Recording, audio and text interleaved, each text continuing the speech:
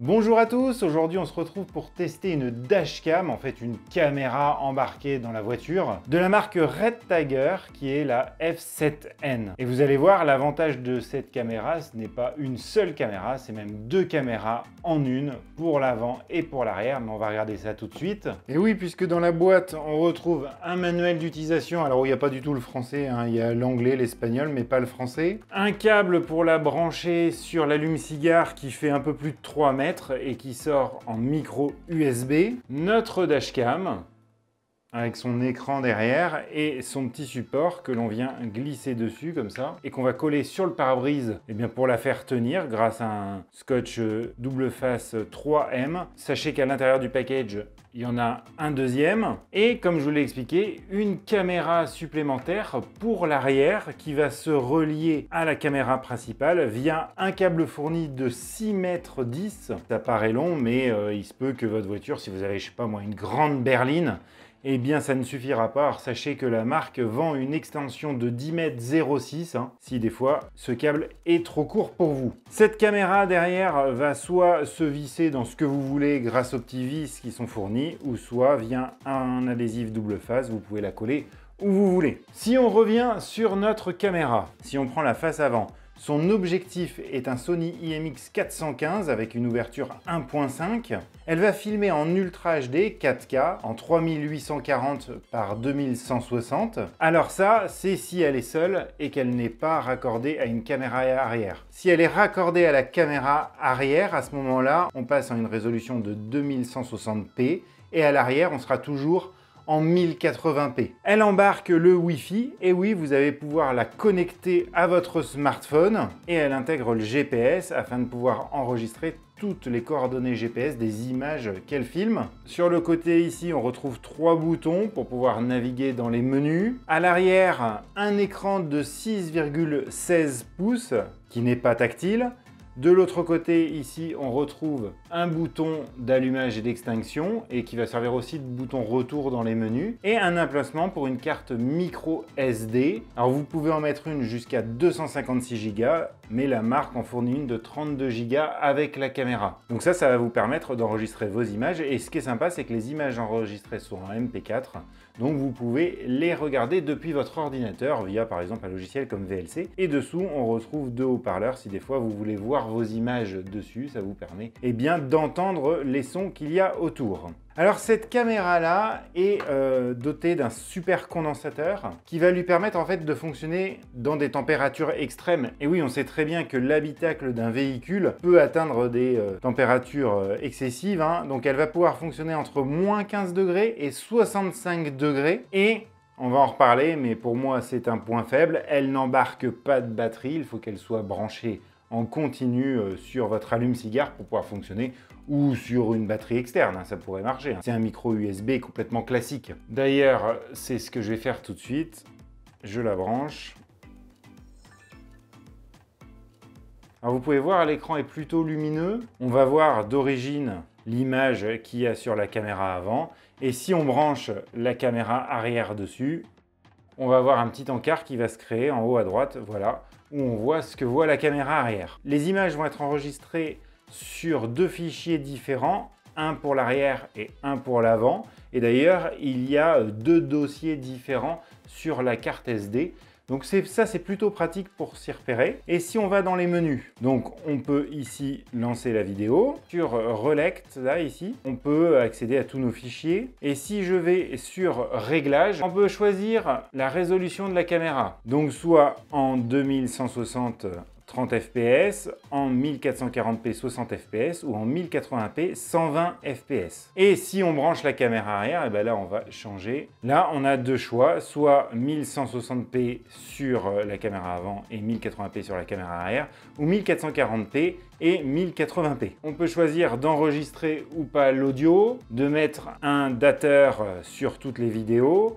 On peut choisir la durée de la boucle, c'est-à-dire que là, si vous faites 1 minute, ça fera plein de petites vidéos d'1 minute, 3 minutes ou 5 minutes. Vous avez ici le capteur G. Alors c'est en fait si la dashcam se rend compte d'un choc ou d'un changement brutal de direction, vous voyez, s'il y a quelque chose qui ne se passe pas normalement, eh bien elle va bloquer la carte SD et protéger les fichiers pour que vous ayez des preuves en cas de problème, quoi. Vous pouvez faire un rappel au bout de tant d'heures de conduite pour éviter la fatigue du conducteur, donc il y a 1 heure, 2 heures, 3 heures ou le désactiver. Vous pouvez afficher la vitesse sur toutes les vidéos. Vous pouvez faire un tampon GPS, donc c'est-à-dire indiquer directement sur l'image de la caméra les coordonnées GPS. Vous pouvez passer soit en km/h, soit en miles.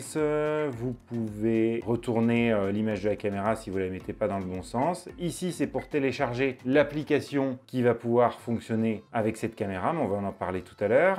Activer le Wi-Fi, ce qui va vous permettre de la connecter à votre téléphone. Choisir la langue. Vous pouvez choisir le format de la date et de l'heure. Vous pouvez régler l'heure, choisir le fuseau horaire, la fréquence d'affichage, la tonalité des clics, l'écran, qu'est-ce que c'est ça? Ah oui, vous pouvez mettre un économiseur d'écran, c'est-à-dire couper l'image au bout de 10, 30 secondes, 2 minutes, ou alors pas du tout la couper. Donc ça, le mode parking, ça ne marchera pas vraiment, puisque c'est en fait, quand vous la branchez directement en ACC, eh bien, elle va être alimentée tout le temps puisqu'elle n'a pas de batterie et elle va pouvoir surveiller votre véhicule et vous faire par exemple des timelapses, des choses comme ça. Ici, on a le formatage de la carte SD. On peut la réinitialiser et là, on a la version du firmware. Alors, l'application à utiliser depuis votre téléphone, c'est l'application YouCam. Il faut se connecter à la caméra via le Wi-Fi. Et ce qui est un peu dommage, c'est qu'à chaque fois qu'on l'éteint ou qu'on la rallume, la caméra, eh bien, elle ne garde pas en mémoire que le Wi-Fi est activé. Donc il faut le réactiver à chaque fois. Et après, dans l'application, donc on fait Please Connect DVR. Il nous envoie vers notre gestionnaire de Wi-Fi d'Android ou d'iOS. Vous sélectionnez le réseau F7N. Là, vous êtes connecté. Vous pouvez revenir en arrière. Et là, votre application va se connecter. Et donc, on retrouve exactement ce qu'on voit sur l'écran de la caméra. On a en haut à gauche la caméra arrière et en bas la caméra avant. En cliquant sur le petit appareil photo à gauche, eh bien on peut passer de l'un à l'autre, caméra avant, caméra arrière. On a ici l'album de tout ce qui a été pris par la caméra. Donc là, il y en a pléthore et vous voyez, ça charge plutôt rapidement.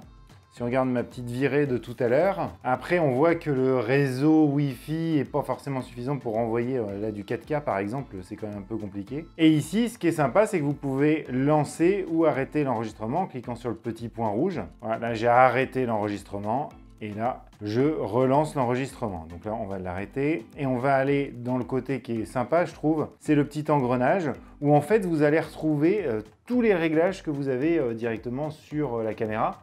Ce qui peut être pas mal si par exemple la caméra, vous la mettez dans un coin un peu loin de vous en tant que conducteur, plutôt que d'aller sur le siège passager pour faire les modifs, directement vous pouvez le faire depuis votre téléphone. Voilà, franchement, c'est un plus, c'est pas essentiel, mais c'est un petit plus qu'elle soit connectable en Wi-Fi via le téléphone. Et comme une dashcam c'est fait pour filmer la route, et je vous propose qu'on aille prendre la route ensemble avec mon fidèle carrosse. Alors, j'ai un peu peur de vous faire rêver par ma monture, mais bon, à prendre bien évidemment au second degré. Allez, c'est parti.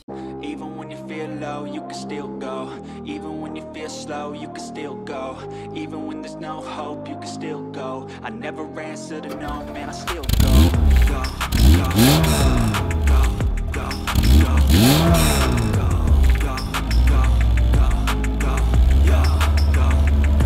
go. Hustle hard, hustle every single day. I'll be making moves till I'm buried in my grave. To the system, I don't wanna be a slave. I've been doing shit my way, or the highway. And in the driveway isn't. Et voilà, donc là vous m'entendez avec le son de la caméra. Et puis là vous avez l'image en 4K. Alors je sais pas si compilerai la vidéo en 4K, hein, mais parce que j'ai pas un ordinateur qui permet trop de le faire. Mais bon, vous la verrez en 1080p.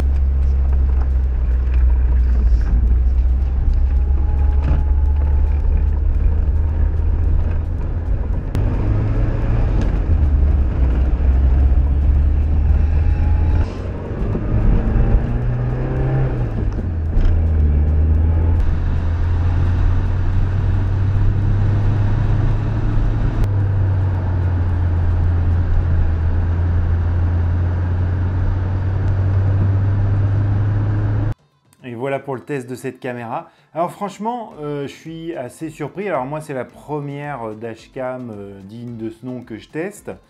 Et vraiment, la qualité de l'image est quand même super bonne. Le son est bien capté également. Bon, la qualité de l'image, bon d'accord, ma vitre était un petit peu crade, mais on voit quand même que l'image est très bonne. Et même sur la caméra arrière qui est qu'en 1080p, les petits reproches que j'aurais à lui faire, eh bien, c'est qu'il n'y a pas de batterie intégrée, donc il faut absolument que le moteur tourne pour que la dashcam fonctionne. Bon, ça aurait été mieux. Alors, c'est possible avec un espèce de kit qu'on peut acheter chez eux de permettre que ce soit tout le temps alimenté. Mais bon, voilà, c'est quand même des frais en plus parce qu'elle n'est pas gratuite, hein, cette dashcam. Elle vaut aux environs, alors je vous dis aux environs, je vous laisserai checker le lien en description de la vidéo, hein, vous savez que ça peut évoluer. Et puis en ce moment, il y a une petite promo, alors je sais pas trop, mais on est à peu près en ce moment vers 170 €, ce que je trouve quand même un prix relativement élevé. Même si c'est vrai que le jour où il arrive quelque chose, on est bien content d'avoir ça. Et puis, ça peut servir de caméra de recul si vous n'en avez pas. Alors ça peut servir, et là on va arriver sur le deuxième point pas qui me déplaît, mais en tout cas sur lequel j'ai mis des doutes. C'est dommage, l'écran est un petit peu trop petit, puisque on a quand même du mal à voir ce qui se passe, et en plus l'écran est pas très lumineux. Donc si vous êtes en plein soleil, vous voyez pas trop ce qu'il y a sur l'écran, donc le coup de la caméra de recul arrière ou de la caméra arrière, c'est pas ouf, voilà. Mais si vous voulez vous en servir comme une dashcam, c'est vraiment son rôle de filmer tout ce qui se passe autour et en cas de problème, de pouvoir ressortir les images, et là c'est un objet qui va vous convenir, puisqu'il fait super bien son boulot avec une qualité d'image, de son, et puis une facilité également de mise en place que je trouve vraiment pas mal. Voilà, écoutez, j'espère que ce test vous a plu. Si vous a plu, n'hésitez pas à mettre un petit pouce bleu, et si ce que je fais, ça vous intéresse, n'hésitez pas à vous abonner à la chaîne, activer la petite cloche de notification pour être au courant de toutes les nouvelles vidéos que je sors. Et moi, je vous dis à très bientôt sur Vintech pour de nouveaux tests de domotique et tech. Allez, ciao! Even when you feel slow, you can still go. Even when there's no hope, you can still go. I never answer to no, man, I still go.